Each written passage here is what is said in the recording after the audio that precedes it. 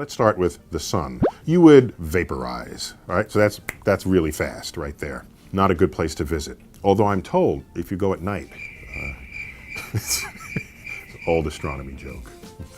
First planet out, Mercury. The side that faces the sun is very hot. There's another side that does not face the sun. That's really cold. So if you straddle that zone, it'd be like, and you rotated like in a rotisserie chicken, then you would have variously cold and warm sides of you. You might be able to get just the right temperature. You would survive as long as you could hold your breath, a few minutes.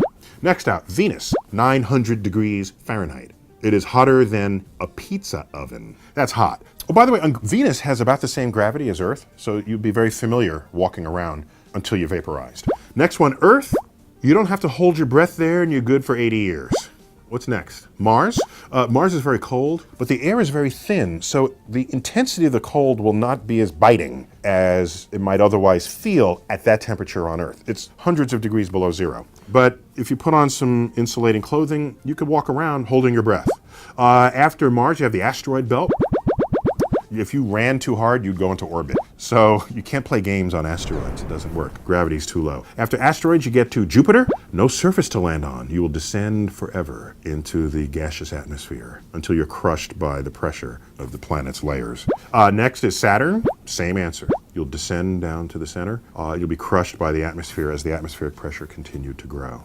Saturn's rings, which looks like really solid objects. I mean, I have, a model of Saturn behind me. Look, you can like walk around on it. On the real Saturn, it's particles, frozen water, possibly ammonia, rock, and it forms a ring because what we call the gravitational dynamics favors a ring under those conditions. In fact, there's many rings. There's the A ring, the B ring, the C ring, the D ring, and so it's very thin and you can't just walk around on it. And Uranus and Neptune, also gas planets. Yeah, so no, forget about it. Stay here on Earth.